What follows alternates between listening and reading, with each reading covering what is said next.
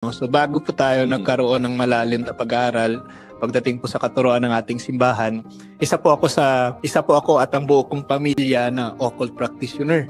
So hindi naman po ako siguro gagawa ng maniniwala sa mga occult practices na ito kung walang influence ng mga magulang ko, no, ng mga ninuno ko. Yung panalangin na binabasa namin sa aklat ni Father Sikia, nabasa na namin lahat 'yon. Na-undergo na namin yung mga proseso na gano'n, pero walang epekto.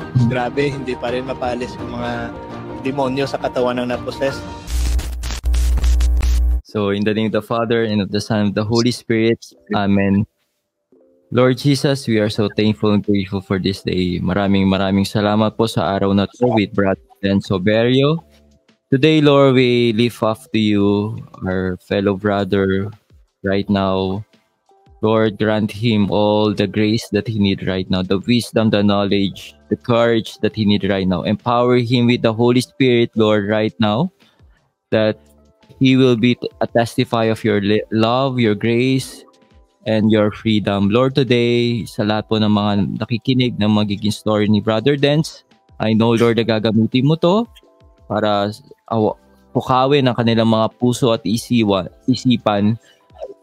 Through Brother Dan's conversion, you will speak to them, Lord, and you will give hope and faith in their heart. Lord, today, we ask you to cover us with your most precious blood and protect us from any kind of oppression from the enemy, especially sa mga device na aming ginagamit ngayon.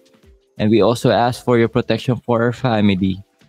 And we also ask for the intercession of our Blessed Mother and our spiritual father, Saint Joseph, Terror of Demons, and Saint Michael. In Jesus' name we pray. Amen. In the name of the Father, and of the Holy Spirit. Amen. Amen. So, welcome, Brother Dance Oberio, also known as Mr. Curious Catholic sa ating online program, Istoryang Katoliko. Such an honor, brother, na mag-guest ka namin at makapanayam ngayong araw na ito. Ayan, maraming salamat, no, Brother Adrian, sa pagbigay sa atin ng opportunity po, no, na maging bahagi po ng kanyang Istoryang Katoliko program. Sana po, no, sa ating Istoryang Katoliko din po ay ma-inspire po kayo, no, na maging isang matatag at matibay na isang Katoliko, no, sa gawa at sa salita. Amen. Ang ganda, no, brother. Hindi lang puro alam, dapat yung nasa utak natin at pumupunta sa babayan, no? Sinasa puso. Sinasabuhay yan. Tama. Correct. Yun nga din yung yung dapat maging challenge sa mga apologies, na dapat maging aware din tayo sa paano yung inaasal natin pag nandiyan na tayo, 'di ba? Kasi minsan kahit ang dami nating nalalaman, pero yung the way we act, the way we talk, or the way we portray ourselves pag nasa labas na tayo, minsan yun yung parang nata-turn off yung ibang religion or ibang Katoliko para mas lalo ma-convince at maniwala silang bumalik sa Catholic faith. Kasi 'di ba, minsan hindi na nila minsan pinakikinggan kung ano yung alam natin. Minsan tinitignan nila kung ano ba, kung sino ka ba, yung parang gano'n, 'di ba? Yan na lang. Through our action. Yung purpose na lang kasi nila po ay is to win the argument, not the soul. So, dapat talaga maging humble din tayo sa pagtuturo sa kanila kasi sa ganung paraan ay baka doon pa lang yung conversion mangyayari. Tama. Kasi marami akong alam, bro, na hindi siya nagtatanong about our Catholic faith. Pero yung nag-a-accompany sa kanya, nakikita niya yung yung radiation of love, doon siya na-convince para ma-convert sa Catholic faith. Hindi about about ano ba yung rebulto, si Mama Mary, about purgatory or Eucharist. Pero na lang yun it will follow. Like si Tatang Larry, bro, if you know Tatang Larry, yung namayapang si Tatang Larry. Yun lang din, kay Brother Marco, hindi siya nagtatanong or about ganyan. Hindi sila nagdedebate kasi magkasama sila sa work. Pero yung pakikisama ni Brother Marco sa kanya, yun yung parang naghatak sa kanya pabalik ng Catholic faith. So, na lang, secondary na lang talaga yung yung teaching. Tama. Kasi Yun. marami talaga sa mga kapatid natin, hindi naman talaga yung turo talaga yung hinahanap eh. Yung community, no, na kung saan welcome sila at naiintindihan sila. So kaya dapat talaga natin yan maintindihan, no? Kasi madalas rin sa mga kapatid natin na pumunta sa iba yung pananampalataya ay dahil rin po sa pagtatampo na hindi nabigyan ng time, ng atensyon dito sa simbahan. Kaya doon sila nabibigyan ng time at atensyon. Kaya doon sila focus. Alam natin yan kasi sa charismatic community, right? Diba ikaw is... very welcome ka doon. Oo. Ayan, mamaya pag-usapan pa natin yan, brother. Pero bago ang lahat, bro, baka pwede ka magbigay ng background about yourself. Sino ka ba si Brother Denz Overios? By the way, sa mga hindi pa po nakakilala sa kay Mr. Curious Catholic, Dennis Overio po talaga yung tunay nating pangalan. Anyway, Dennis po, accessible naman po yan sa ating Facebook account, no? Although Denz pala yung nilagay natin. Pero maaari nyo rin po akong ma-add, no, sa aking Facebook account para directly kung may mga katanungan po kayo or may mga queries, no, etc. ay maaari po kayo makapag-message sa atin. Well, who is Brother Denz? Isang simpleng mamamayan ng probinsya ng Iloilo, no? Dito po tayo nakatira at pinalaki ng magulang at pinag-aral sa pagkakayod lamang sa palayan, no? My father is a farmer. So doon lamang po tayo pinagtapos ng ating mga bayani. Bayani talaga, no, ng ating bayan. So ngayon po ay isang ordinaryong guro din sa isang university dito sa Iloilo City, no, in the field of tourism and hospitality management. Nasa 7 years pa lang po tayo sa larangan ng pagtuturo. So hindi pa ganoon katagal. Pero thanks God dahil sa binigyan na naman po tayo ng another assignment, itong content creation, no? So ngayon po ay nagpapatuloy pa rin sa pag-aaral at sa awa ng Diyos ay matatapos natin itong degree in Doctor of Management sa isang university naman doon sa province of Guimaras, no? Dahil kapag nasa academy Guimaras po kayo, yung mga mangga? Yung mga mangga, Guimaras. Sarap matatamis na mangga, no? So i-visit niyo po yan, no? Kapag Manggahan Festival. Ayan, so hopefully po matapos natin yung pag-aaral doon kasi kapag nasa academe po kayo, isa po yan talaga sa mga kailangan natin, no? Hindi tayo tumitigil sa pag-aaral, sa pag-achieve ng mga degrees para tuloy-tuloy po yung mga learnings natin, no, at maipasa natin sa ating mga estudyante. Isa rin po tayo sa miyembro ng Deliverance Ministry dito sa Iloilo City. Shout out po, no, sa kay Father Lester, sa kay Father Patrick, ang ating exorcist dito, at sa lahat po ng mga kasama natin, mga volunteers, no, na pinangungunahan po ni Brother Art. Shout out po sa inyo, no? Isa rin po tayo sa core member ng Eucharistic Apostles of the Divine Mercy Kalinog. Ito po yung ating ginagawang project, no, ng team para po sa formation na kinakandak po natin every month para sa mga kapatid po natin na nakikisali sa retreat, at doon po sila natin tinuturuan, hinuhubog para mas patatagin pang kanilang pananampalatayang Katoliko. So si Father Tom po, isa po yung retired na pare, no? Retired but not tired. Yan pong palagi niyang sinasabi kasi tuloy-tuloy pa rin po ang kanyang ginagawa, no, sa ating simbahan, pagtulong po sa ating mga kapwa Katoliko, lalo-lalo na sa paghubog sa kanila. So isa lamang po ako sa sumusuporta sa kanya at nai-inspire din sa kanyang mga ginagawa, no? Dahil kahit sabihin pa natin, no, matanda na para sa ganyang larangan pero hindi pa rin pagod, no, sa pagtatrabaho para lang sa mga kapwa natin, sa pagsalba ng mga ng sinasabi nating mga kapatid natin, no, na hindi pa talaga fully in communion, no, sa ating simbahan, no, dahil po sa ibang pananampalataya at sa iba pang mga pinagkakaabalahan, no.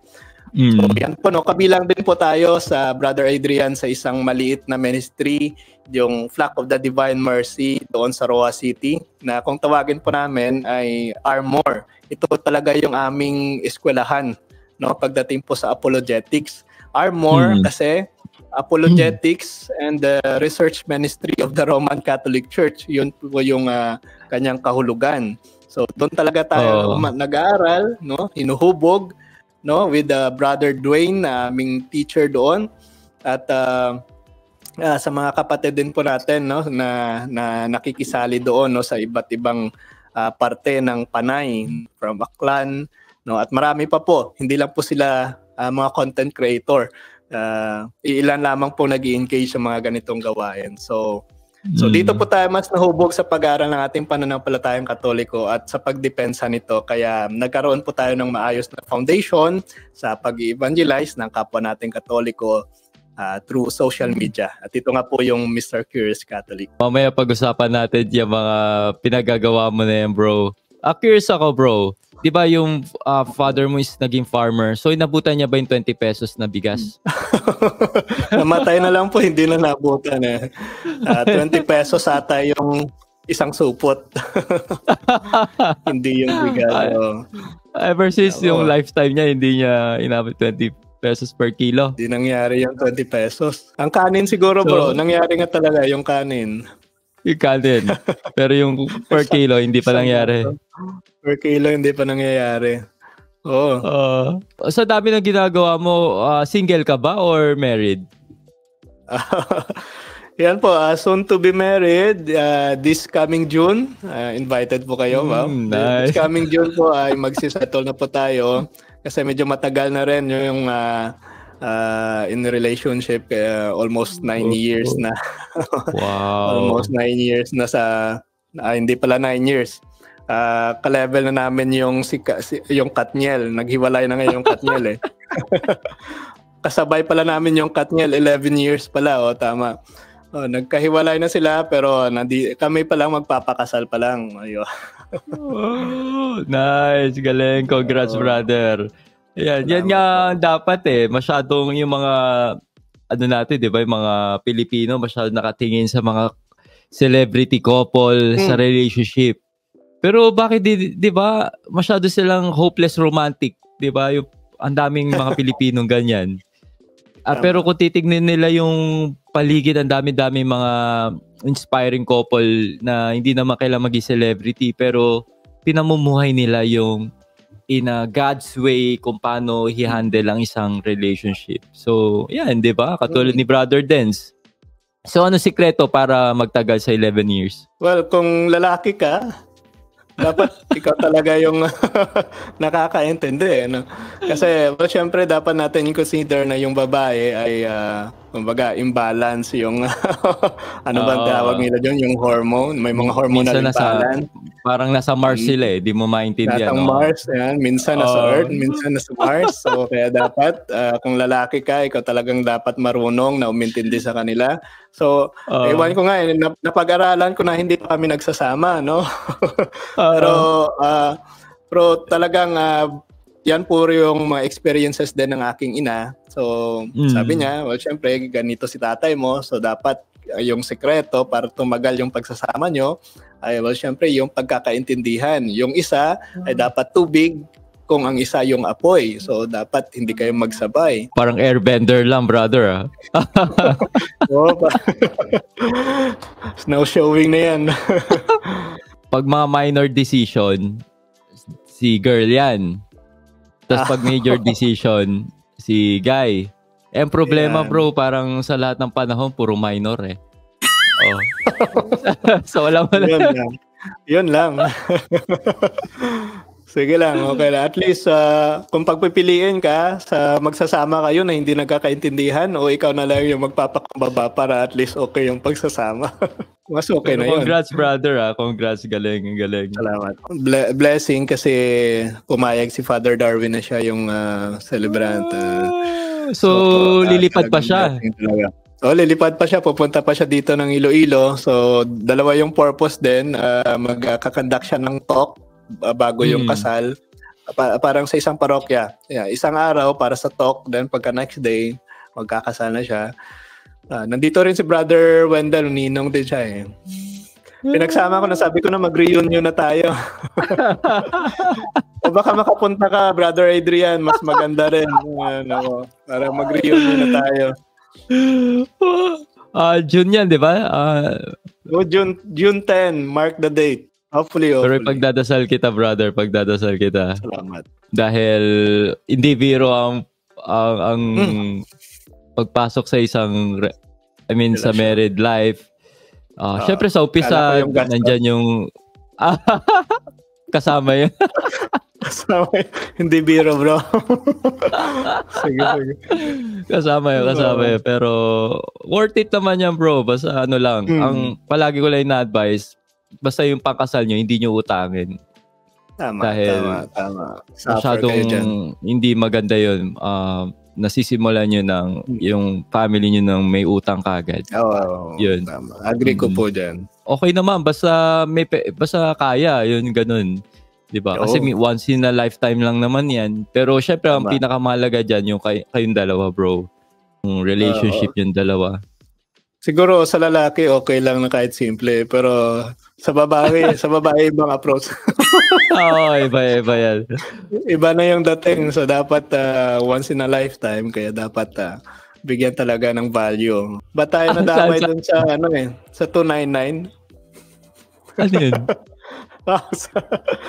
Yung parang proposal na nag-trending na 299 yung 200 yung ring. Na singsing. Dadamay na tayo.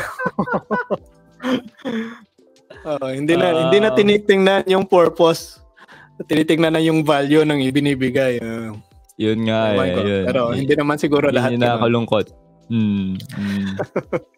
Dahil syempre sa social media, TikTok, masyado nang nagiging materialistic na yung mga ibang tao ngayon.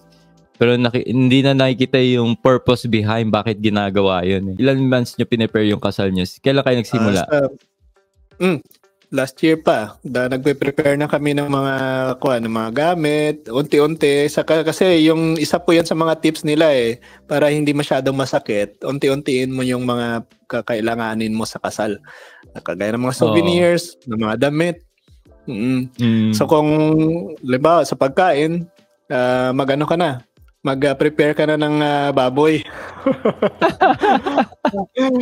Already na yung baboy. Ilang baboy? Hanggang 3 lang muna, depende yan sa hopefully may mag-sponsor pa. Ay, nako, grabe yung preparation. Napansin ko din dyan, matcha-challenge relationship nyo yung preparation nyo dyan sa kasal. Diyan kayo magkakasubukan yung minsan may darating sa point, madali kayo magkapiko na sa isa't isa, ganyan.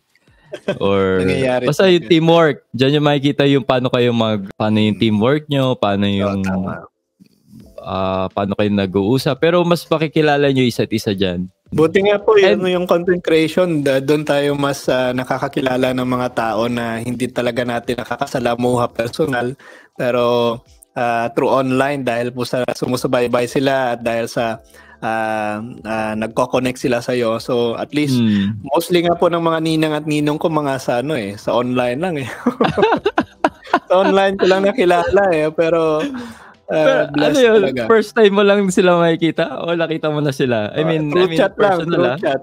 Nagko-connect lang sila through chat. Doon lang kami. Like for example yung sa Jerusalem si Brother Romel, yung mga sa punto por punto din po yan, no? Like yun sa Canada. So sa mga lang po yan, sa online lang po yan kasi sumasama din po sila sa aming live noon sa katotohanan ng ating pag-usapan. So nakikisabay din sila sa pagsagot ng mga katanungan. So doon kami nagkakakilala. So ngayon ninong na. Pupunta sila. Hindi pa sigurado, depende sa schedule daw nila. Pero sige lang, sabi ko okay lang, at least may mga proxy naman you both will be blessed by the Lord. Yan. And brother, di ba pag-usapan naman natin yung naging buhay mo in the past. Kasi nabanggit mo kanina na naging occult practitioner ka. So paano nangyari? Ano ba yun? Parang nag-albularyo ba yan? Or mga anting-anting? Baka pwede mo ma-share sa ating mga viewers. Opo. Yun nga po, no? So, bago po tayo naging Mr. Curious Catholic, naging active sa ating simbahan, ay talagang mayroon po tayong mga past experience na hindi talaga naman pang simbahan, no? So, bago po tayo nagkaroon ng malalim na pag-aaral, pagdating po sa katuruan ng ating simbahan, isa po ako at ang buo kong pamilya na occult practitioner. So hindi naman po ako siguro gagawa ng maniniwala sa mga occult practices na ito kung walang influence ng mga magulang ko, no, ng mga ninuno ko. So kahit na masabi pong Catholic, no, in some way dahil po nagsisimba din naman kami, no, sumasama sa mga prosesyon, mga Via Cruces at iba pang mga kaugaliang pangsimbahan, ngunit mayroon pa kaming mga paniniwala na nitong huli ko lang nalaman na ito pala'y labag sa kalooban ng Diyos. No? So isa po ako sa mga naniniwala noon sa mga tinatawag pa nating mga pamahiin, no? I think lahat naman po tayo siguro na Filipino ay hindi po exempted diyan, no? Na kung saan mas pinagsisikapan ko pang sundin ito, no, na hindi malabag kaysa sa mga paniniwala natin sa simbahan. So minsan nga po, no, yan po yung madalas kasi minsan mas nakakatakot pang lumabag, no, sa mga ganitong mga lituntunin, mga pamahiin kasi immediately may mamalasin ka, yun yung mga kinatatakutan natin kaysa sa hindi pagsimba alam naman mo natin parang wala namang epekto pag hindi ako sumamba ngayon, parang wala namang epekto pero again hindi naman po ganyan yung ating Panginoon, no, na immediately ibibigay yung parusa kung meron man, no? Pero dito po sa paniniwalang ito ay doon po tayo talagang mas natatakot kasi nakikita natin yung epekto kapag hindi natin sinusunod, no, dati nung naniniwala pa po tayo dito. Alam niyo po nung elementary pa lang po tayo, madalas po tayo nagkakaroon ng mga pamamaga sa mata, no? Hindi ko malamang dahilan. Parang nagkakaroon ng bukol. So kapag napapadaan po ako sa isang masukal na gubat, no? Kasi dito sa probinsya, marami pa talaga mga gubat dito. Dumadaan or naglalaro kasama po yung mga kaibigan natin. Ang pinagtataka ko bakit every time na umuwi ako sa bahay ay parang lumulobo agad yung sa itaas na parte ng bahagi ng mata ko, no? So yun yung isa sa mga pinagtataka ko na parang makate na parang namamaga. So well, as usual, kapag ang mga matatanda po yung tatanungin natin, ang dahilan po yan dahil po sa may mga nagambala ka na mga lamang lupa daw or engkanto or duwende sa isang masukal na gubat. Kaya daw nagkakaroon, no? Kaya nagkakaroon po tayo ng pamamaga ng mata o kaya dahil po sa ginagantihan po tayo ng mga engkanto sa pagkagambala sa kanila. Yung mga nuno sa punso, yung mga ganon. Yan, tama po yan. Dahil po sa hindi po pagsasabi ng tabi-tabi po. Yan yung madalas na tinuturo. So kaya kapag daw dumaan ka sa mga masukal na gubat, sa hindi ka familiar or sa hindi naman talaga dinadaanan ng tao, dapat magtabi-tabi ka daw kasi baka may magambala kang mga engkanto diyon, no? Yan po yung sinasabi ng ating mga exorcists na mga elementals, no? Na elemental spirits. So, yung mga engkanto, duwende. So, kapag nagambala mo daw yan, well, isa po yan sa mga effect na pwede nilang gawin sa iyo ay mamaga yung mata mo or kung anumang parte ng katawan mo na kanilang bibigyan ng sakit, no? So, bilang parusa. So, isa po yan sa mga natatakot ko, no? Dahil po sa occult practitioner po tayo, kapag occult practitioner yung isang tao, isa po sa mga natutunan ko doon sa Cebu, sa seminar doon sa Cebu, ay open yung tao sa atake ng demonyo. So kaya hindi na rin po nakapagtataka na nagkakaroon po tayo ng pamamaga sa tuwing binibigyan tayo ng parusa or ng galit ng mga engkanto na ginambala natin dahil open yung sarili natin sa kanila mga atake. Siyempre, dahil po sa sobrang takot ng aking ina, no? At sa gusto niya agad na mapagaling po yung sakit natin, no, mapahupaw yung pamamaga ng aking mata, dinadala niya agad ako sa isang albularyo. Dito po sa aming probinsya, tinatawag po namin yung manugbot-bot, no? I don't know kung sa sorry bro, manugbot-bot. Manugbot-bot. Ano ibig sabihin nun?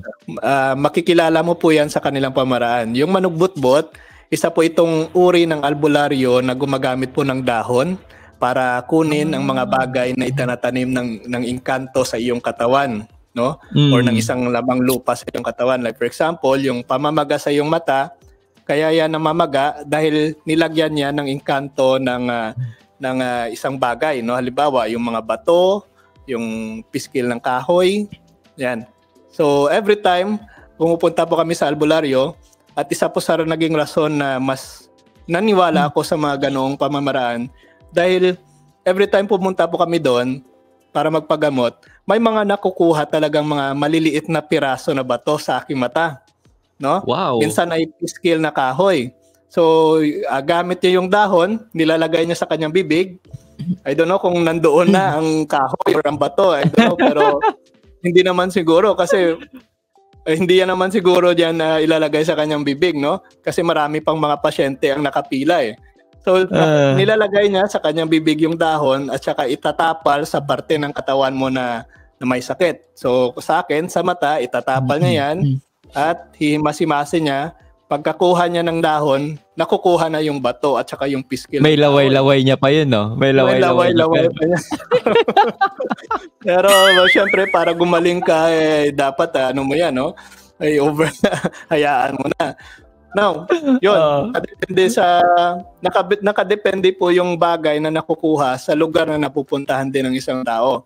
Doon ako mas namangha dahil, like for example, kagaya nung minsan na naglalaro po kami sa kahoy, ang nakuha naman sa mata ko ay piskil ng kahoy. Nung minsan naman, ay nagtatanim po ako ng gulay sa likod na parte ng aming bahay, ang nakukuha naman sa akin ay maliit na bato. Sabi ko, paano niya natutukoy ang mga bagay na iyan base sa aktibidad na ginawa ko previously bago namaga yung mata ko. Grabe. So parang doon ako mas naniniwala, no? Kung like for example, kung nagdadaya siya, puro bato lang siguro yung nilalagay niya sa kanyang bibig, no? Pero hindi, may mga piskil na kahoy na nakukuha, bato. At isa po yun sa mga mas napaniwala ako dahil after na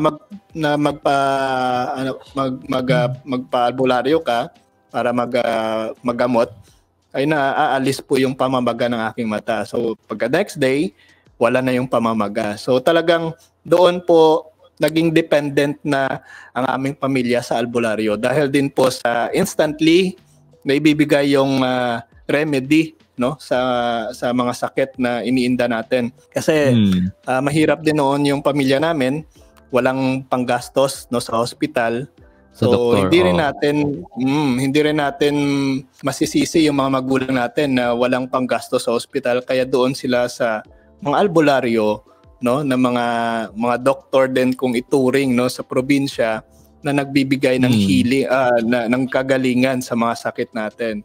So isa po 'yan sa mga naging experience ko, no, dahil po sa paniniwala ng occultism. At alam niyo po kung anong naging epekto nito sa aking buhay? Well, isa po ako sa mga pinakamahina yung kumbaga yung sabihin na natin yung resistensya in medical terms. Pero sa aming termino, ito yung tinatawag nating mahina yung dungan. I don't know kung ano ito sa Tagalog. Mahina yung dungan. Parang yung spiritual mo, napakahina. Kaya ka nagkakasakit palagi. I don't know kung paano ito tawagin, no, in Tagalog. Pero isa po yan sa mga indikasyon na nang dahil po sa paniniwala kong ito, palagi akong nagkakasakit. Pag pumunta sa paaralan, 1 week doon, pag umuwi sa bahay, doon naman ako nagkakasakit. Isa po sa pinagtataka ko dahil kung sa ibang lugar ako, okay yung pakiramdam ko. Pero pag umuwi ako sa bahay, doon ko nararamdaman yung marami ka ng inindang mga sakit, no? May mga palagi kang inuubos, sinisipon, or masakit yung katawan mo. Kaya parating albularyo din naman yung tinatawag namin para magpahilot ka, then gumamit ng mga luya para gamutin yung sakit mo. Yan po yung isa sa mga experiences natin na nagpapakita ng epekto ng dahil po sa paniniwala sa occultismo. Minsan nga po, nang dahil po sa parati po ata yung may sakit, may isa na naman kaming albularyo na inimbenta, na in-invite, no, na pumunta po sa aming bahay para tingnan kung bakit parati na lang akong nagkakasakit every time na umuwi ako sa bahay. So sabi ng albularyo na yon, another person naman po ito, sabi niya, sa bahay namin daw mayroong 10 duwende. May siyam, no, or siyam yung itim, isa lang yung puti. So sa ang siyam na itim na yon na duwende, may masamang balak na sa akin na kukunin daw ako. So sa 10 sila, isa lang daw. So hindi kaya ng isa. So mabuti daw na tinawag daw namin siya para maagapan, para mabigyan kami ng pangontra. Well, syempre, alam niyo naman, isa po yan sa mga taktika. Bibigyan ka na naman ng kapirasong lana, no, na nagkakahalaga ng 3,000 yung isa. Grabe. So, yung sa akin, mas matindi, mas mahal kasi ako yung pinakamahina, no? Kumbaga, pinakamahina ng dungan, no, in spiritual. So, kaya mas malakas na lana yung ibinigay niya sa akin, mas mahal, 5,000, no? Yung sa mga kapatid ko, medyo mas mababa lang kasi medyo malakas yung dunga nila or yung spiritual pa nila mas malakas. So, parang bumili, ghost fighter lang. Opo, dahil sa takot, so, syempre, bibili ka na lang para at least may protection ka. So, yun po, yun nga po, no, yung isa po yan sa mga masasabi nating totoo nga siguro ang kanilang sinasabi dahil sabi nga po ni Father Sikia, malalaman ng isang occult practitioner, no, ang isang tao or ang isang bahay if psychic or contaminated dahil mismo occult practitioner din ang nakaka-detect niyan. So like for example, pag open yung third eye mo, madidetect ka din ng mga occult practitioner, ng mga albularyo kagaya niyan. Malalaman nila na open yung third eye mo dahil yung mga third eye is isa po yan sa mga openings, no, na tinatawag natin sa mga occult practitioner. So kaya nasasabi ng albularyo na yon na may mga siyam na itim na duwende at isang puti dahil nakikita niya. Kasi isa po sa mga kanyang kaagapay sa kanyang panggagamot ay duwende rin. So isa po yan sa mga inutusan niya para magpagaling ng kanyang mga pasyente. Grabe. So yan. Aside sa lana, isa pa sa mga proteksyon na ginawa niya ay tinamnan niya ng mga itim na diamante yung buong bahay namin para ma-seal at mapalayas yung mga masasamang diwende para yung kanyang diwende na kanyang kaagapay sa kanyang panggagamot ay yun na yung magsisilbing tagabantay namin daw. So, ito naman yung sinasabi ni Father Cabading na hindi naman talaga gumagaling yung isang tao sa paglapit sa albularyo, nasusuppress lang yon ng mas malakas na demonyo, no? Like for example, may mga contaminated ka ng mga espiritu na mahihina na nagkukos ng sakit sa iyong katawan. Pag lumapit ka sa albularyo na may malakas na espiritu, mapapagaling ka niya dahil yung mas malakas na espiritu na nasa albularyo, siya na yung magko-control sa mga mahihinang espiritu na nasa katawan mo.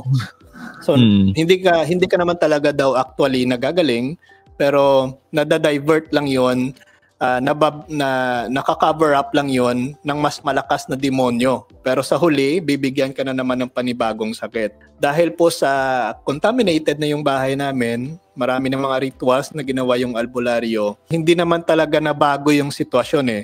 Although hindi ka na nagkakasakit, pero yung pagsasama namin sa pamilya ay hindi na rin naman mabuti, no? Kasi nagkakalabuan na, minsan palaging nag-aaway, nadidrain na yung prayer life mo, hindi ka na nagdarasal, parang hindi ka rin nasisipagan magsimba.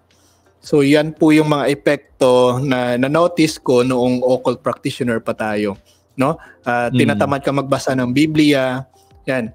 Madalas isa po yan sa mga naging experience ko noong occult practitioner pa ako na talagang totally malayo sa kung ano po ang pinapractice natin ngayon, no? Bilang isang talagang Catholic practitioner na sa ating pananampalataya. Siguro po sa mga kapatid natin na may mga ganito ring mga experiences, malamang sa kanila din, manonotice din nila na may mga pagbabago sa kanilang pagsasama sa kanilang pamilya noong hindi pa sila talaga totally connected sa ating Panginoon compared sa ngayon ay totally sumusunod na sila sa katuruan ng ating simbahan. Isa po sa mga nagpabago po sa akin na alisin itong paniniwala na ito, yung occultismo na ito, ay itong tinatawag nating charismatic community na ito, yung Flock of the Divine Mercy. Dahil So ito na yung pumasok naging mo bro. Ito na yung naging turning point mo. Opo. Doon na po tayo naging nagsimula na mabago yung ating paniniwala. Dahil doon po sa community na ito, tinuturo yung mga bagay na hindi naman hindi dapat natin i-perform no bilang isang Katoliko, kagaya po nitong mga occult practices na ito. Pero sino nag-invite sa'yo dito, bro? Sino nag-invite sa'yo dito? Kasama ko rin po sa simbahan, kasi itong kaibigan ko rin po na active din sa simbahan, singles, no, sa Singles for Christ. Doon po kami talagang nag-build no ng aming company hanggang sa nag-aral po tayo sa college. Kasama ko pa rin siya sa boarding house, at hanggang sa bago po tayo mag-graduate ay in-invite niya po ako na sumama doon sa retreat no ng Flock of the Divine Mercy. So, isa po talaga ito sa mga nagpabago po sa akin. So, nagpabago sa aking sitwasyon sa pagiging isang occult practitioner. At ngayon nga po ay naging content creator na at nagde-defend na ng ating pananampalataya. At siyempre, yung ating experience na ito ay binabahagi rin po natin sa mga kapatid natin, no? Na may ganitong mga karanasan din. At ito nga po, no? Yung ginagawa nating formation doon sa Divine Mercy doon sa Kalinog, yung ginagawa nating project na malakihang project, isa po doon sa mga topic natin na sinishare no sa mga participants ay yung spiritual warfare. Nagkakanda po tayo ng mga talks doon para ipaliwanag sa kanila kung ano yung mga dapat na sundin no bilang isang Catholic, at mga dapat alisin na sa ating paniniwala. Kasi marami pa rin sa atin na akala'y Katoliko no sa kanyang mga ginagawa, sa kanyang mga practices. May mga other practices pa na ginagawa no, kagaya lang for example, mahilig pa rin sa mga zodiac sign no, mahilig pa rin sa mga feng shui no, although na Katoliko siya pero naniniwala pa rin sa mga ganoong paniniwala.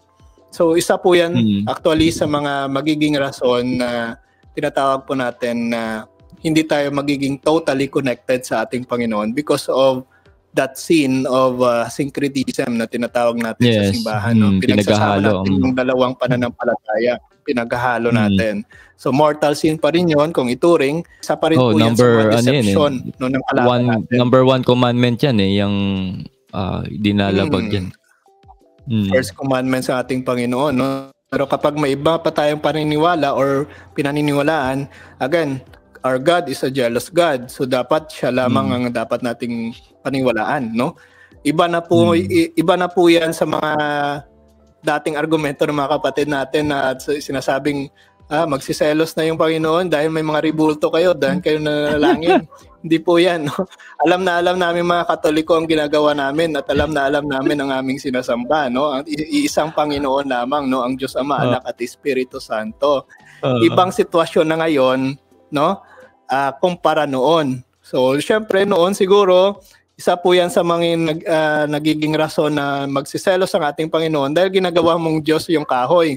No? Pero ngayong panahon, iba na pong sitwasyon. Ibang paniniwala na ang ginagamit ng ating kalaban, no?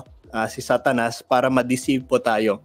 Marami na pong mga New Age movement, no? Marami na pong mga practices na hindi pang Katoliko, no? Sa social media kumakalat. So kapag nagpapaniwala po tayo dyan at isa po tayo sa mga tumatangkilik dyan, malamang isa rin po yan sa magiging rason para magselos po sa atin ng ating Panginoon na hindi talaga totally sa Kanya tayo naniniwala.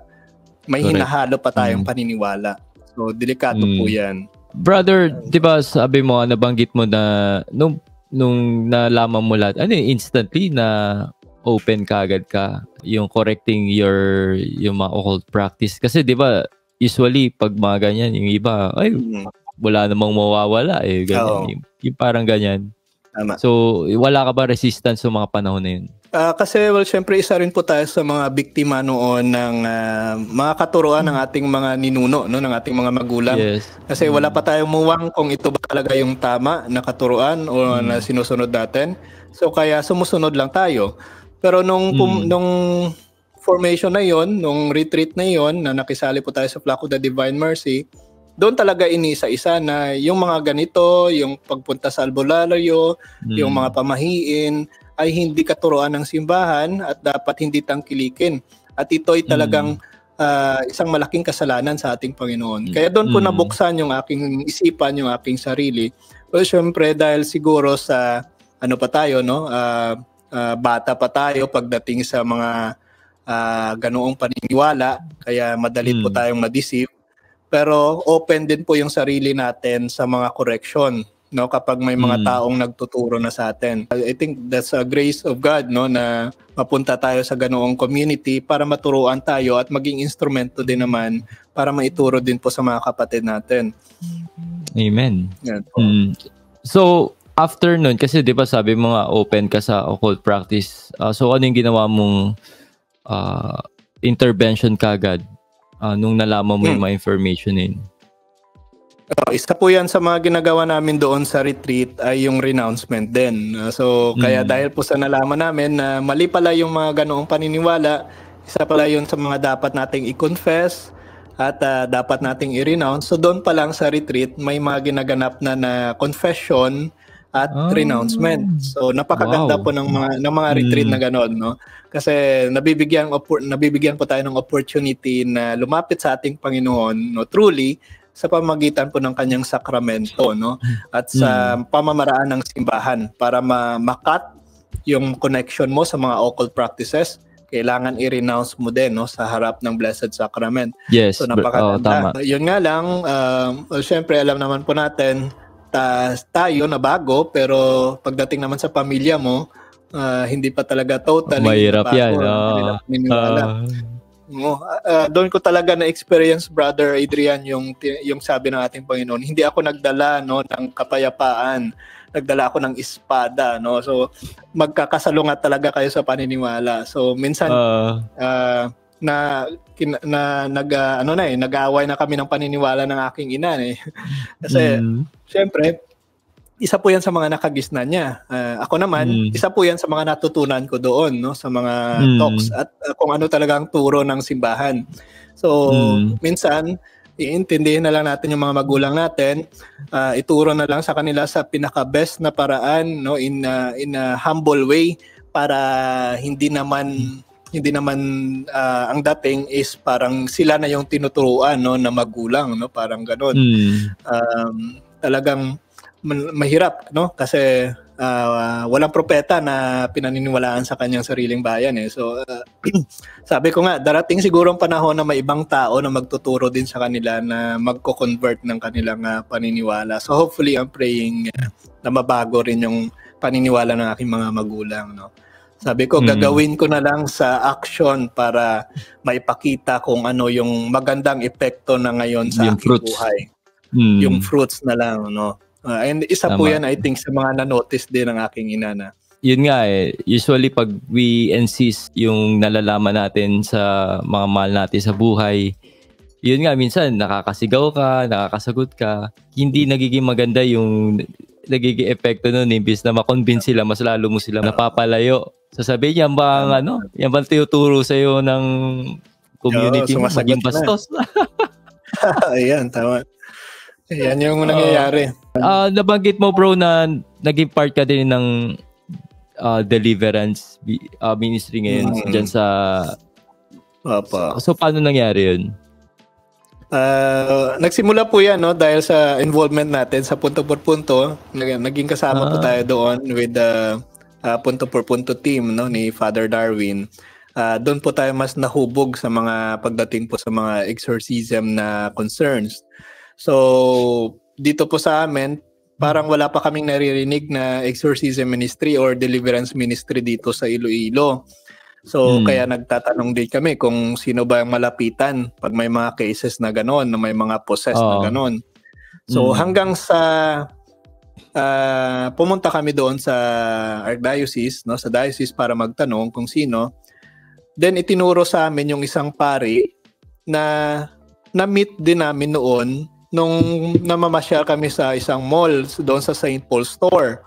Actually, na-meet lang namin yung pari na ito na bumibili din siya at doon kami nagkakilala.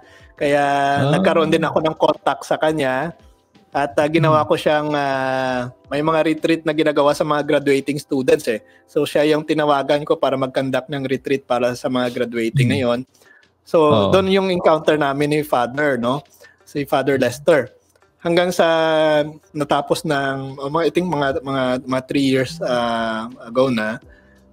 Ngayon ay nagtanong kami kung sino yung exorcist. So itinuro kami doon sa Concepcion na kung saan si Father Lester pala yung parish priest doon at siya yung exorcist, appointed exorcist. Wow. Sabi ko nga pala, parang ang Diyos na rin nagbigay ng paraan ng way, no, para magkakilala tayo noon at ito nga magsasama na sa isang ministry, deliverance ministry. So yun, nag-volunteer kami, nag-present kami ng aming sarili na sabi namin, Father, may mga idea na kami patungkol po sa spiritual warfare, patungkol po sa mga deliverance sessions. So, willing din po kami na tumulong sa ministry. Nung time na yon, dalawa pa lang sila. Yung isang exorcist at isang volunteer. So, nagdadalawang isip pa si Padre kung papalakihin yung team or mananatili na rin sa ganun. Kasi ayaw niya ring mapalaki yung issue kasi baka hindi makayanan ng team. For example, pag marami nang aware na may exorcist dito, ay baka dagsain din ng pasyente. Kasi yung alam naman natin yung Diablo nag-trigger lamang kapag may mga opportunity. Pero yun nga, siguro hindi na rin mapigilan yung tawag natin na kapag mission na yan na ibinigay sa iyo ng ating Panginoon ay magtutuloy-tuloy na yan hanggang sa lumaki na yung exorcism ministry, yung spiritual liberation and deliverance ministry namin dito sa Iloilo City, sa Iloilo Province. So yan, no? At napabilang po tayo doon. Alam mo po, Brother Adrian, ang first encounter, kasi wala pa akong experience pagdating sa mga possess. First encounter namin, no? First encounter ko at ni Father Lester din, ang pinaka-worst na experience namin na naka-encounter ng possess ay yung pumunta kami sa Guimaras, no, sa isang bayan sa Mamanga. Ang purpose, no, yung intention namin doon ay school blessing. Magbe-bless lamang ng buong paaralan kasi may reports na natanggap namin na maraming mga cases doon na estudyante na napuposes. So, nag-request yung assistant principal doon na mag-conduct ng school blessing. So, pumunta kami doon. 4 lang kami. No? Isa lang si Father Lester na pare. Alam mo kung ano experience namin doon? Nagmisa, no? Unti-unti, nagkakaroon na ng mga reaction yung ibang estudyante. Pero bago yan, misa pa lang. Misa pa lang. Pinasurrender na namin yung mga gamit nila, yung mga anting-anting, yung mga devil's eye, no, na ginagamit nila. May mga bracelet, may mga bracelet sila na ginagamit, so pinasurrender na. Sa misa pa lang may mga reaction na. So, sabi ni Brother Art, no, yung kasama ni Father Lester na matagal na, maganda, no. Parang sa gera kinanglan kailangan kompleto na yung mga gamit mo pang gera, kompleto na yung mga armas mo. So naghanda nga kami. So hanggang sa pumunta kami room by room, no, nag-bless si Father. Yun na. Marami nang mga nag-react, marami nang nagpo-possess. Ay nako.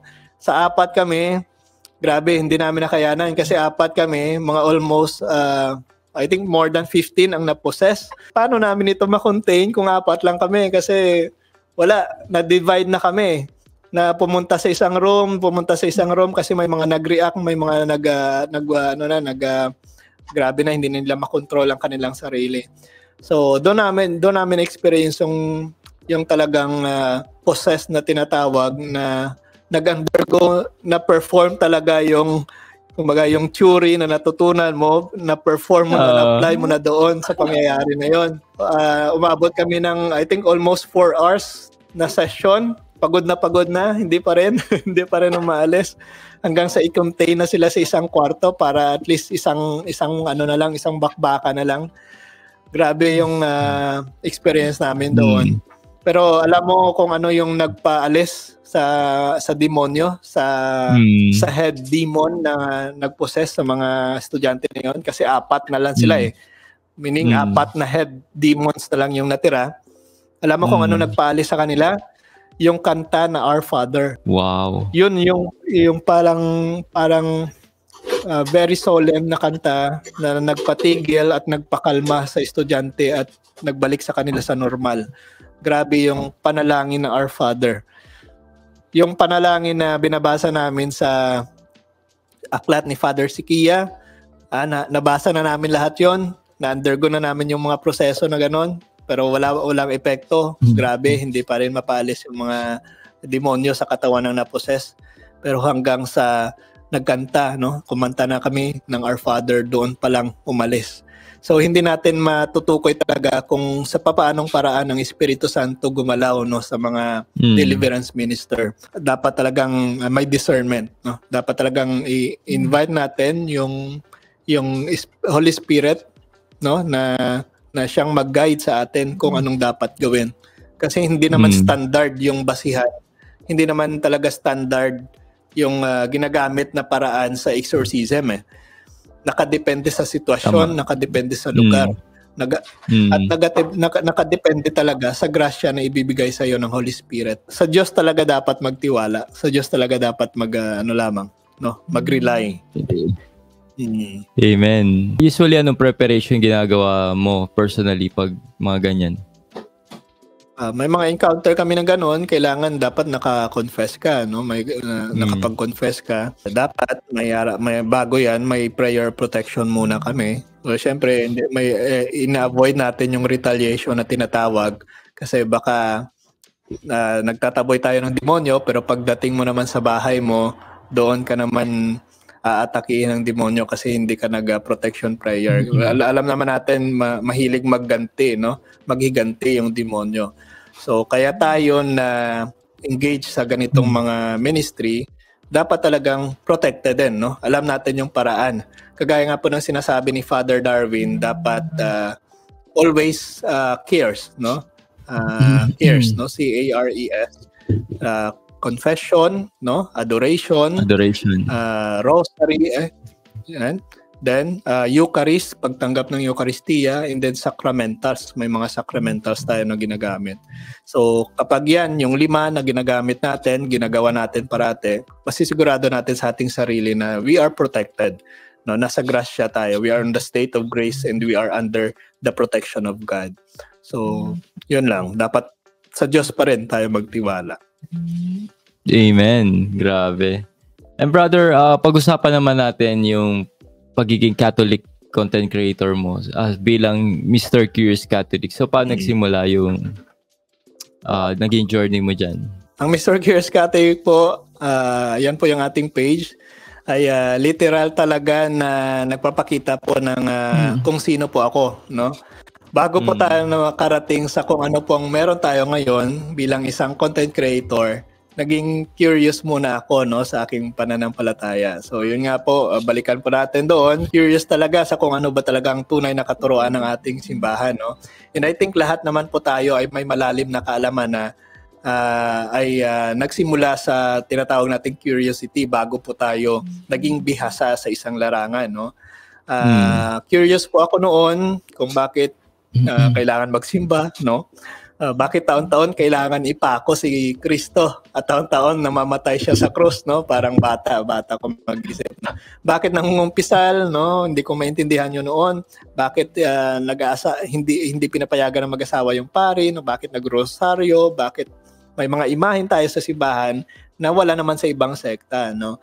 So lahat po 'yan nagsimula, no, sa curiosity, no? Kasi doon tayo nagkaroon ng basis sa kung anong mga dapat pag-aralan, no, patungkol sa ating pananampalataya. So, at marami pa pong iba, no, na curious ako at kung bakit tayo lamang mga Katoliko ang nagsasagawa nito. So, dahil po sa kulang tayo sa kaalaman, hindi ko agad po sineryoso, no, ang aking pagiging Katoliko. So, kaya dahil dito, madali po tayo mapaniwala sa mga katuruan ng mga matatanda, bilang na po dito yung mga pamahiin at mga occultismo, no? Hindi man ako na-deceive, no, ng mga pamamaraan ng ibang sekta ng pagtuturo, no? na pamaliin ang ating pananampalatayang Katoliko. Pero pagdating naman po sa occultismo, doon po ako na-deceive. No, doon po ako na-divert ng aking atensyon at doon po mas napalayo ako sa simbahan, sa katuruan ng ating simbahan. Sa totoo lang po, mas natatakot po akong suwayin, no, yung paniniwala kaysa sa sundin yung katuruan ng ating simbahan. Maliban po dito, no, kahit na buong pamilya ko po ay Katoliko, pero simula po sa aking mga kanunuan at hanggang sa aming pamilya ay naniniwala na talaga sa tinatawag nating occultismo.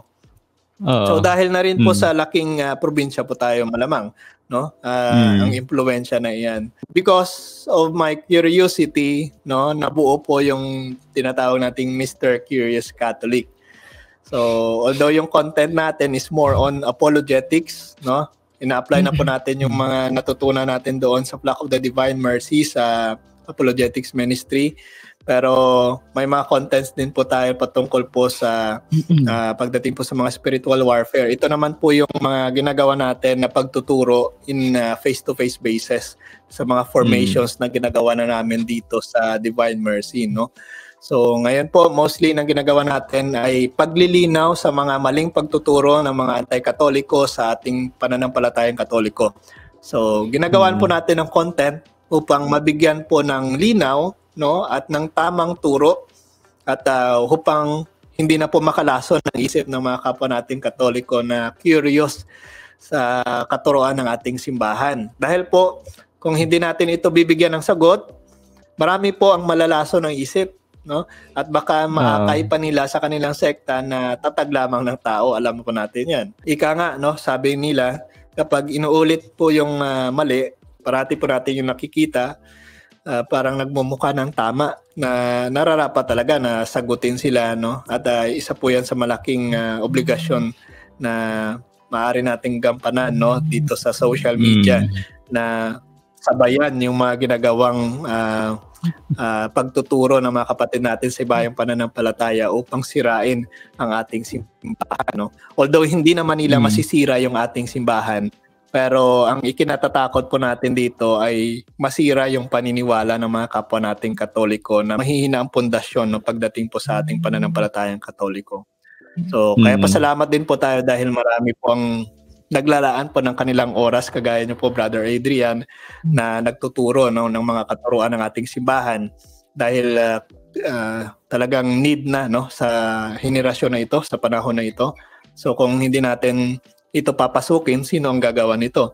Dahil hindi naman po kaya lahat, hindi naman po tayo, hindi naman lahat, no, kayang gawin yung content creation. Alam po natin yan, no, dahil content creators talagang nakakapagod, no? Sabi nila, simple lang naman yung ginagawa nyo, nagsasalita lang naman kayo sa video. Akala nyo lang simple, no? pero hindi po gano'n, no? Marami pong proseso, no? Parang ano siya talaga, studio setup, no? Kailangan mag-prepare ng materials, ng gamit, editing, content, kung anong turo mo. At pagdating po sa ating pananampalatayang Katoliko, hindi ka lang dito dapat basta-basta magtuturo ng kung anong nalalaman mo. Dapat accurate sa tinuturo ng simbahan. Kasi kapag malayo kasi tinuturo ng simbahan, ikaw na mismong nag-promote ng maling turo. So, dapat nakabase din, no? Pinag-iisipan, kumbaga, no? Yung regarding nga dyan, bro, na sasabihin, nisip nila nakaupulan tayo, nagsasalita, or nagpapasikat, nagpapacute. Parang ganun lang iniisip ng mga yan eh. 'Di ba? Kaya sinasabi ko, ang challenge ko sa inyo, gawin niyo yung ginagawa namin. Gawin niyo lang. Para malaman niyo. O sabihin na natin sa umpisa, nakadalawa, tatlo, 5 video ka. Pero ang challenge kasi dito yung longevity. 'Di ba? Yung consistency. Consistency. 'Di ba? Yes, kasi yung fire, kasi baka ngayon nawawala yan eh. Ngayon lang yan. Baka ngayong buwan lang yan. Pagkasunod na buwan, wala na. Wala na. Tinamad ka na. Pero dapat yung sekreto talaga, tunay ka. Talagang pure yung intention mo na magturo. Kasi hindi ka mapapagod. Pero pag may ibang purpose para magpasikat ka, mawawala. Mapapagod ka lang dyan. Walang motivation. Doon mo nga makikita yan eh. Doon mga filter yan, brother, yung mga talagang ano yung intention, yung gaano tatagal. Kasi kung ang purpose mo lang kumita, magpasikat, or anything, wala. Hindi mo naman kasi kagad makukuha yan eh. Hindi ka naman kagad magbabiral, hindi ka naman kagad makikilala ng tao. Tama. Diba? Ako, 2016 ako nagsimula. Kailan lang ba pumutok mga video ko? 2020. Kaya minsan, ang tao madali magsabi pero hindi nila nakikita yung behind the scene. I mean, yung naging journey ng tao. Diba? Nakita ka na lang nila as Mr. Curious Catholic ka na, di ba? Parang ganun na. Salamat din po sa mga kapatid natin kasi may maliban po sa mga taong hindi nakakaintindi, may mga tao din na nagpapakita ng kanilang suporta. And I think sa inyo rin po, no, Brother Adrian. At saludo po ako sa kanila kasi dahil sa hindi nila magawa yung mga content creation, no, na magpakita doon sa social media, at ginagawa natin ito, ipinapakita na lang nila yung suporta nila sa ating mga page. So kaya malaking tulong din po yan para maipagpatuloy. Actually, yung sekreto din para magpatuloy ka sa ginagawa mo ay hindi lang sa sarili mo. May mga tao talaga na tutulong sa iyo na magpatuloy. Kabilang na yung pamilya mo. Meron kang big why, merong fuel. Kasi yung fire natin bilang content creator, hindi naman palagi nandyan eh. Minsan, malabnaw ka eh. Wala ka sa mood. Pero kailangan mo gawin. Kunyari, ito interview ko, sabi ko, mag-interview na naman. Diba? Hindi ako palaging excited sa gagawin mo. Pero once nandito ka na, para ka nag-iibang anyo na eh. Para, yun eh. It's about showing up din palagi. I mean, you know your purpose. Ito yung calling na binigay sa'yo ni Lord. Kaya, diba, sino ko para tumanggi dito sa privilege na binigay sa atin ng Diyos, diba? Marami pong marami pong naghahangad na tumuntong sa kung ano pong meron kayo ngayon. Kaya dapat ipagpatuloy niyo po yan. Kagaya po ng content creation, marami pong nagsimula pero hindi po tumagal. Kaya isa po yan sa mga dapat rin natin na i-motivate sa ating sarili na yung iba nga hindi nakayanan yung ganung mga pressure, yung ganung mga efforts. So kaya malaking sakripisyo din para sa atin, no, na may pagpatuloy lang ang ating ginagawa. So paano mo in-handle yung mga bashing or mga anti-Catholic na nagmumura sa'yo? Nasanay na lang ako, bro. Nasanay na lang ako. Almusal na lang. Hindi lang bashing, talagang may death threat talaga na dumadating. Grabe desperado yan. Mas grabe yan. Pero syempre sabi ko... Mini-message ka? Mini-message ka. Hindi ko nababanggitin kung ano yung topic. Pero syempre, alam naman natin na yung mga relihiyon na yan ay parang normal na sa kanila. Parang alam ko na. Alam ko na yan. Kaya hindi na rin nakapagtataka. Pero sabi ko, ba't naman ako matatakot? Ang Diyos naman yung... ano ko dito, no, yung kasama ko dito. So kaya ipagpapatuloy ko lang hanggang sa buhay pa. Pero sa awa ng Diyos, nandito pa rin po tayo, no, nagpapatuloy. Kasi minsan nakikita ko, nakikibakbakan ka doon sa mga binibigyan mo reaction yung mga yung mga wannabes na wannabes. Minsan kasi nakakainis. Nakakainis din minsan parang ikaw na nagbasa lang ng Bible parang naiinis ka na pero pinipigilan mo pa rin, no? Pero sabi ko, isa po yan sa mga natutunan ko din, no, sa tagal na nating ginagawang content creation na ito sa pagsagot sa mga kapatid natin sa Bayang Pananampalataya, yung pasensya talaga, no, na ituro pa rin kahit na hindi sila nice sa iyo, maging nice ka pa rin para sa kanila. Yun nga, 'di ba, yung mga yan nakikita mo diyan sa social media, nakapagbasa lang ng Bible, gagawa na ng content niya kung ano na. Tapos gagamitin pa tayong Katoliko para i-content tayo, 'di ba? Usually, yun naman nila purpose nila Sino ba yung atake nila? Syempre, ano ba yung pinakamalaking religion na billion Katoliko, 'di ba? So doon sila kukuha. 'Di ba? Bakit hindi nila tirahin Muslim? 'Di ba? Nila tirahin yung mga Buddhist or yung ibang religion, bakit init na init sila? Bakit tayo lang ba may ribulto? Buddhist, ang dami, di ba? May mga elepante pa yan eh. Buddha. Ay, bakit init na init sila kay Mama Mary? Di ba? So, minsan titignan mo logic eh.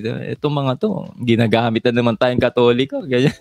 Para talagang sinasadya, no? Sinasadya talaga na Katoliko na eh. Pero okay lang, sige, hayaan mo sila. Pero hanggang dyan lang naman sila eh. Sabi nga ng nakalimutan ko yung pangalan, hindi naman yung sarili, hindi naman yung tayo yung ipinapakilala nila, yung sarili nila yung ipinapakilala nila. So hayaan mo silang magbura diyan, hayaan mo silang sira no ng kung ano man ang naisip nila patungkol sa ating simbahan. Hindi naman po yung simbahan talaga yung sinisira nila, no, yung sarili nila doon sa social media. Ano raw sila, Bible alone, Christ believer, pero lakas magmura, no? Yung Bible alone nga, natatawa nga ako dyan eh. Kapag sinabing Bible alone, lahat daw ng kanilang ginagawa ay nasa Biblia, no? Pero I don't know kung yung Facebook ba, nasa Bible ba yan? Kaya nga. Ginagamit nila sa kanilang pagtuturo. Hindi naman talaga lahat ng ginagawa nila nasa Bible eh, nasa Bible. Pero Bible alone. Kung pagdating sa argumento sa ating pananampalataya, Bible alone, no? Pero pag sila na yung gumawa, hindi rin naman. Sila nga mismo, hindi ginagawa yung Bible alone nila. Di ba? Bagsak. So napakaganda at napakagaling, brother, na patuloy mong gawin yung ginagawa mo sa social media dahil marami kang natutuloy. Yung approach mo kasi tayo mga Catholic content creator, iba-iba yung approach natin. So nakukuha natin yung casting of our nets, kung sino yung, di ba, kung ito yung binigay sa atin ni Lord, itong certain age na to or certain environment or education, iba-iba yan eh. Yung nakaka-relate sa'yo yung tao, kung sino yung nagiging audience mo. Di ba, kasi minsan iniisip kasi ng iba parang competition to, pero hindi. It's about mission. Di ba? We are parang Avengers. Parang we are team. Tulong-tulong sama-sama sa pagtuturo ng katotohanan para sa simbahang Katoliko. Tama. Yun nga, nakakalungkot nga minsan kapag may nababalitaan ka ng mga kasama natin na sila mismo yung nagbabangayan doon sa social media. Sila mismo nagdedebate. Oo, parang pinagkakatuwaan na kayo yan ng ibang reliyon eh. Kasi yan lang yung inaabangan nila eh, yung magkakawatak-watak kayo. Pero dapat hindi eh. Kung isa lang tayo sa mga turo, isa lang tayo sa pinaniniwalaan, dapat mag-unite po tayo. Magtulungan po tayo. Wala naman ditong labangan eh. Lahat naman tayo pwedeng maging Adrian Milag TV, pwedeng maging Mr. Curious Catholic. Kaya gawin nyo lang kung ano yung nagpapasaya sa inyo, yung makakatulong sa simbahan. Just kung merong problem or meron kang di pagkakaunawan with brothers and sister mo, i-PM mo na lang. Huwag mo na i-social media, di ba? Di ba? Yun nga. Pwede rin naman pag-usapan private, di ba? Oo. Gusto mo rin din i-content kaya pinili. Yun lang, kapag may interest na, may ibang interest na, kaya kino-content. Sympathy or clout, di ba? So, yun, nakakalungkot kasi yun eh. Or kaya, kung hindi kayo magkasundo, kahit usap kayo ng usap, pumunta na kayo sa isang spiritual director nyo or mas nakakataas na pwedeng payo sa inyo, di ba? Wala mangyayari ko. Pares kayong tama. Parehas tama pero nagbabangayan ano. Pero yan nga siguro mga mga pagsubok rin yan sa atin kasi alam naman natin na yung kalaban natin na hindi nakikita ay talagang talagang sirain no yung ating simbahan. So yung simbahan nga gusto niyang sirain tayo pa kaya na mga mananampalataya lamang. So kaya dapat mag-ingat rin po tayo no. Hindi na po dito dapat sinusunod kung ano lang po yung nararamdaman natin at kung ano yung gusto lang natin. Dapat sundin natin kung ano yung gusto ng ating Panginoon. No? Amen. Brother, sa ating mga nag-aspire as maging Catholic content creator or maging defender of our faith, so ano ma-advise mo sa kanila? Sa mga kapatid po natin no, na nais pong pumapasukin no, yung content creation no, sa social media, ay of course doon po tayo sa know your why first no kung bakit ginagawa niyo po 'yan. Kung yung why niyo po ay para ipakita no kung sino ka lamang, yung sarili mo lamang, baka hindi po tayo magtagal po dyan, no? At baka hindi po mas malayo yung marating ng inyong ginagawa. Pero kapag yung why mo ay para sa Panginoon, no? Para ipakilala ang Panginoon, para bigyang papuri ang ating Panginoon. So I guess hindi po yan pababayaan ng ating Panginoon na talagang susuportahan yan na magpapatuloy po yan. So sa mga kapatid po natin, alam ko na lahat po tayo ay nais din po na maging truly Catholic, no, sa gawa at sa salita. Kaya dapat unahin mo muna natin, no, sa ating sariling buhay, sa privately, no. So dapat natin munang gawin, dapat muna nating i-perform kung ano ba talaga ang tunay na pagiging Katoliko bago po tayong mag-engage sa ganitong mga content creation. Kasi kung ating isinasabuhay ito, lahat po ng ating ipapakita dito sa TV, no, sa social media, ay bunga na lamang po ng ating matatag na pundasyon, no, bilang isang tunay na Katoliko. So kaya patatagin muna natin ang ating pananampalataya, no, sa turo ng simbahan, sa salita, no, sa Biblia, sa nais ng ating Panginoon. And then we engage sa ganitong mga platform o or sa anumang mga ministry na napapabilang kayo magbahagi ng mga ebanghelyo, ay magagawa niyo na po yan dahil po meron na po kayong matatag na pundasyon sa ating paniniwalang Katoliko. Amen. Huwag kayo tutulad dyan sa mga anti-Catholic na nakapagbasa lang ng isang buwan ng Bible, tumitirada na social media, di ba? Pastor na. Nagsuself-interpret na. Meron na siyang personal interpretation ng Biblia. Yung delikado kasi, di ba, kung kaya nga iniwan ng Diyos ay hindi Biblia, simbahan. Kasi kung Biblia iwan, diyan nagkakagulo eh. Kaya nga may simbahan, kasi ang simbahan yung nag-guide. Ano ba yung turo? Ano ba yung paano i-interpret ang Bible? So, paano natin siya babasahin? Yung lens ng paano siya tinitignan ng simbahan. Hindi yung ikaw lang nakakita mo yan, personal interpret mo yan, patay tayo dyan, di ba? Marami po dyan ang naliligaw, no? Yung kabilang na po yung sinasabi nila, parating sinasabi nila, relasyon lamang sa Diyos. Wala na. Patay tayo dyan. Yan sa Biblia eh.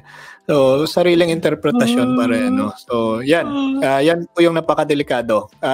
Isa rin po yan sa mga paalala natin sa mga kapatid natin, no, na nais mag-engage sa ganitong pagdepensa sa ating pananampalataya, ay wag lang puro sarili, no? Wag lang puro sarili yung pakinggan, no? Yung kung ano lamang yung nalalaman mo ang dapat mong pakinggan, no? Dapat pa rin makinig sa kung ano talagang tunay na turo ng ating simbahan at wag lamang gumawa ng sariling interpretasyon. Kasi isa pa rin po yan sa mga na-notice natin sa mga kapatid natin, no, na mga Catholic faith defenders, no, nagbabangayan na dahil po sa magkakaiba na ng interpretasyon. So tandaan natin, no, meron po tayong magisterium, ang simbahan pa rin ang masusunod. Ang authority ay binigay sa simbahan, kaya dapat ang simbahan pa rin ang masusunod kung ano talaga ang tunay at dapat. Tama. At doon nga lalabas ang fruits, yung obedience sa simbahan. Diba? Yung marunong ka mag-submit sa turo ng simbahan. Pero kung pag pipilitan mo pa rin yan, nako, baka hindi na ako magulat, magtayo na yan ng sariling sekta niya. Sa ating mga viewers na medyo struggling sa kanilang faith, anong advice yung pwede mo ma-share para sa kanila? Darating din po ang panahon na kapag ang Panginoon lang talagang ating pinakikinggan, ang simbahan lang talagang ating sinusunod, ay hindi na natin makikita na puro sarili lamang natin, ang gusto lamang natin ang masusunod, dahil ang simbahan na, ang turo na ng ating Panginoon ang ating nasusunod. Kaya doon po tayo na nabibigyan ng sagot. So if we're struggling sa ating pananampalataya, pakinggan po natin kung ano ba talagang sinasabi ng ating Panginoon. Although masasabi po natin na maybe baka hindi applicable sa iyo, no, yung sitwasyon mo ngayon at ang turo, let's say, no, ng ating Panginoon, pero baka sa ating sariling pag-iisip lamang yan, no.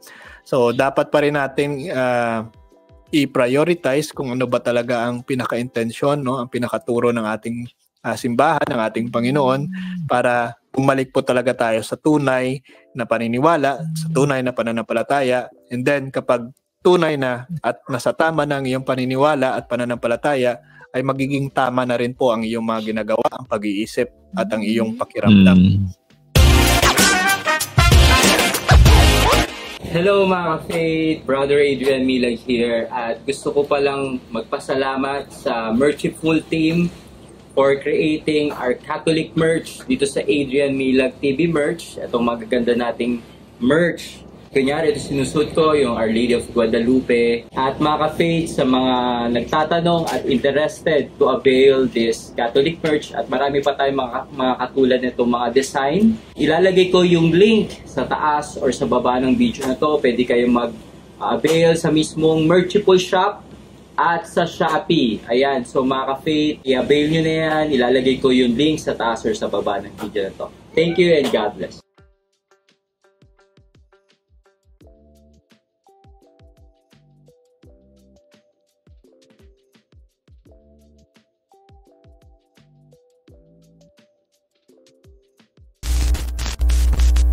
Merong dito question si Mark Lawrence Galliano. Hello po brother. Pwede pakitanong kay Brother Dens kung ano po yung mga apologetic books na makatulong sa pagsagot sa mga argument ng ibang sekta po. Thanks po at salamat. Meron po tayong mga ginagamit din ng mga libro, kagaya po ng sinasabi natin yung kay Brother Dwayne, itong answering, para may specific lamang na topic, no? Isa po ito sa mga libro din na ginagamit natin, answering, na ganito. Meron din siyang libro na The Catholic Has the Answer. I-search nyo lang po yan sa Shopee, no? Pwede nyo rin pong gamitin itong libro ni... tingnan po natin dito ni Nonoy Lopez. Isa rin po ito sa mga tinitingnan natin. Bago yan. No? Araling pambibliya, no? Para sa mga Katoliko. May volume 1, 2, 3. Marami pong mga content siya dito na sagot sa mga argumento ng mga kapatid natin. So maaari nyo rin po itong gamitin. So makakatulong din po ito sa inyo. Actually, marami pong mga libro, no? I-search lang po natin sa Shopee yung mga Catholic books na apologetics, no? Especially sa Claretian publication, merong category diyan na apologetics, no? Mga inspirational books. So, tingnan niyo lang po yung mga apologetics books. Marami pong mga pwede ninyong gamitin diyan, no? Siyempre, rin po, no? Sa social media, marami din pong mga contents. Kagaya po ng mga contents natin na ginagawa. Maaari din po ninyong ma-search, no? Na specific, mga tanong sa purgatory, tanong sa rosary, meron din po tayo niyan. At sa mga kasamahan natin, no, na mga Facebook page, no, kagaya ni Brother Adrian and then Brother Wendell sa Team Punto por Punto, may mga contents na tayo na ginagawa diyan. So, kapag mahilig po kayo sa pakinig lamang, isa po yan sa pwede ninyong way upang matutunan kung paano sagutin, no, ang makinig sa mga videos. Pero kung mahilig po kayong magbasa, may mga libro naman po na pwede ninyong gamitin. Po. Praise God, brother. And siguro maybe ito yung last question ko sa'yo, bro. Bakit mo mahal ang pag-iisang Katoliko? Okay, isa po syempre sa rason dahil ito ay tunay na tatag ng ating Panginoong Jesucristo at alam naman po natin na yung simbahan na itinatag ng ating Panginoon, no, ay ang kanyang katawan at ang kanyang katawan ay kanyang ililigtas sa huling panahon. So, kaya dapat tayo talaga na maging mapabilang po tayo sa kanyang katawan. So, alam po natin sa ating sarili, no, based in history, based sa Bible, na nagpapatunay na Iglesia Katolika lamang ang talagang tunay na tatag ng ating Panginoong Jesucristo. Bakit po ako mananatiling Katoliko? Hindi po dahil sa mga members na kasama natin dito, hindi po dahil po sa pamilya ko is Katoliko o mga kaibigan ko is Katoliko. Mananatili po akong Katoliko dahil ito po ay tunay na tatag ng ating Panginoong Jesucristo at ang kanyang katawan na kanyang ililigtas sa huling panahon. Prodeotic. Amen. Baka meron kang gustong i-promote sa ating mga viewers na nagsusubaybay sa'yo ngayong araw na ito. Ayan, no. Siyempre, wag nyo rin pong kalimutan, no, na i-follow and subscribe po ang ating YouTube channel, Facebook page, Mr. Curious Catholic, no. Isa po yan sa mga pwede po ninyo maitulong sa atin na i-share yung mga contents natin, yung mga sagot po natin sa mga kapatid natin sa ibayong pananampalataya. And then, ngayon po, meron po tayong isa palang merchandise, no? Mga t-shirts, polo and t-shirts. para po sa mga kapatid natin na tumatangkilik po, no, sa ating mga ginagawang mga advocacies, no, pagtulong sa Divine Mercy Shrine doon sa Kalinog. So isa po sa mga paraan natin ito. So maaari niyo pong tangkilikin itong mga merchandise natin. Meron po tayong mga t-shirts. Sa ngayon meron po tayong mga 9 na designs na maaari ninyong gamitin, especially po yung Proud Catholic t-shirt natin, yung Catholic Forever t-shirt natin, yung True Catholic t-shirt natin. Marami po tayong pagpipilian doon na maaaring magpakita po sa kung ano po yung ating sitwasyon ngayon, no, na tayo isang matatag at tunay na Katoliko sa pamamagitan po ng pagsuot ng mga merchandise natin ito. May papakita po natin sa ating mga kapwa na tayo ay tunay talaga na Katoliko. So, suportahan niyo po ito, and I hope and pray na makagawa rin po tayo ng mga Catholic books na apologetics, hopefully, no, kapag hindi na tayo busy sa eskwelahan. I think hindi na po yan mababago, always busy naman po yan. Siguro tayo na rin po ang maghahanap ng time para maging possible itong ating ginagawa. Pero hopefully sa ganitong at sa mga ginagawa po nating mga evangelization through social media.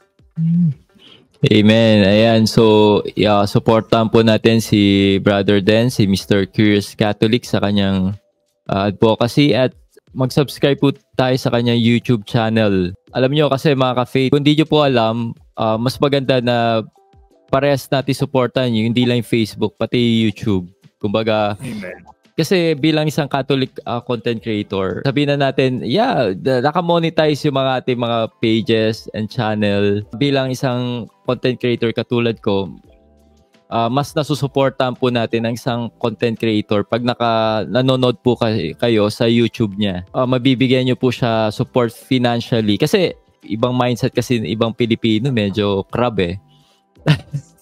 Sabihin, pagkakitaan daw religion, ganyan-ganyan, kesyo, ganyan-ganyan. Daming mga sinasabi. Pero kung di nyo po alam mga ka-faith, minsan pro bono pa kami sa paggawa ng content.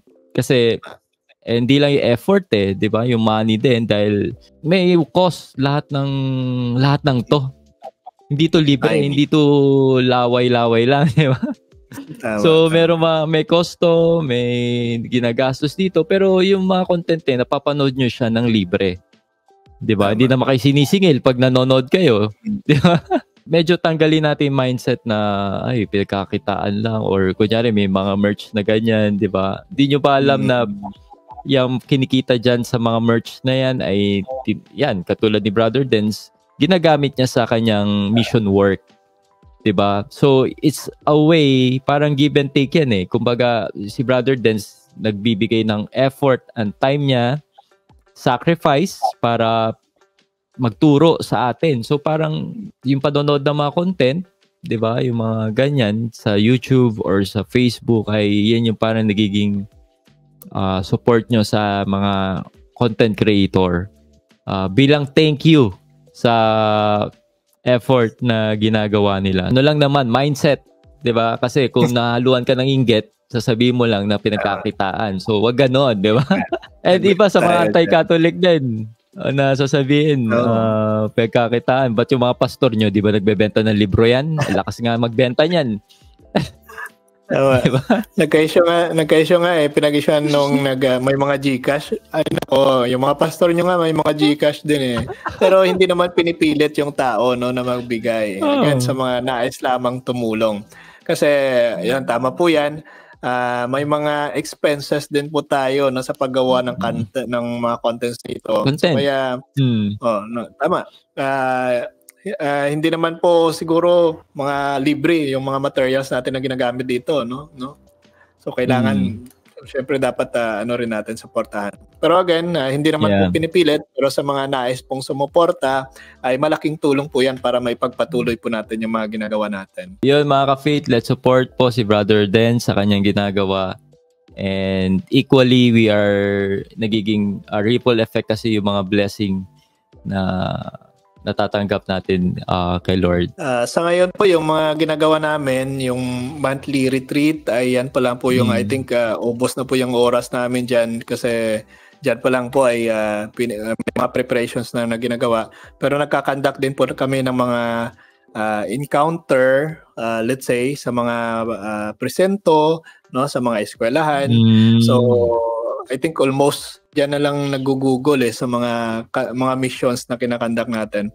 Pero again, satisfying siya, no, fulfilling siya dahil again, no, yung pahinga natin ay ginagawa po natin sa service, no, sa ating Panginoon. So sa service para sa mga kapwa nating Katoliko. So yan nga po, no. Magtulungan po tayo, no, pray each other para at least lahat po tayo ay makamtan, no, yung promises ng ating Panginoon, no? Amen. Yes. And bro, any last words sa ating mga viewers bago kami humingi ng closing prayer sa iyo?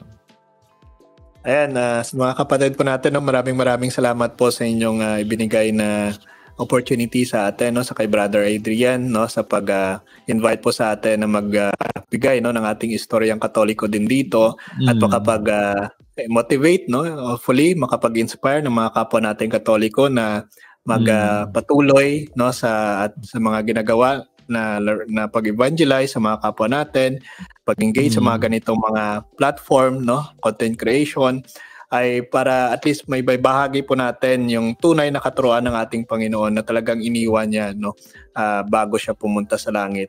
Yung katuruan na kanyang inasa, no, binigay sa kanyang iglesyang itinatag, ang Iglesia Katolika. So muli po, this is Mr. Curious Catholic, ang inyong lingkod at kapanalig na magbibigay sa inyo ng mga kasagutan at mga katanungan sa mga katanungan, no, na madalas na ginagamit ng mga kapatid natin sa ibayong pananampalataya. Pro Deo et Ecclesia, sa Diyos po ang lahat ng papuri. Ayan, so maraming salamat Brother Den sa yung oras at binigay at sobrang na-inspire ako at marami akong natutunan sa iyo personally. I'll pray for you every day sa iyong ginagawa, sa iyong ministry at patuloy lang brother and for the greater glory of God. So baka pwede kami humingi ng closing prayers sa iyo bro. Okay, so salamat po. Sige, mag-closing prayer po tayo. In the name of the Father, the Son, of the Holy Spirit. Amen. Salamat to Diyos sa binigay mo na pagkakataon. Salamat sa magandang kalusugan. Salamat sa time. Amen. Salamat sa buhay na ibinigay mo sa amin. Salamat sa mga pamamaraan mo para maibahagi namin ang iyong kabutihan, ng iyong awa para sa mga kapwa namin Katoliko. Salamat sa pagkakataon na ito at sana po'y patuloy mo kaming gabayan at maging instrumento pa rin na may pagpatuloy ang mga gawain na ito sa pagpapalaganap ng iyong ebanghelyo sa mga kapwa namin Katoliko. At naway gabayan mo po kami na sa aming pamumuhay, lalong-lalo na po sa mga gawain na patuloy pa rin kaming maging matatag at nakatuon sa talagang tunay na turo na ibinigay mo sa amin, O Diyos. Lahat ng ito ay dinadalangin namin sa iyo, Ama, sa pamamagitan ng iyong anak, ang aming Panginoong Jesucristo, kasama ng aming ina, ng Inang Birhen Maria. Amen. And the Father, the Son, of the Holy Spirit. Amen. Amen. Ayan, so thank you so much, Brother Dens, sa very inspiring mong story. Salamat po. God bless.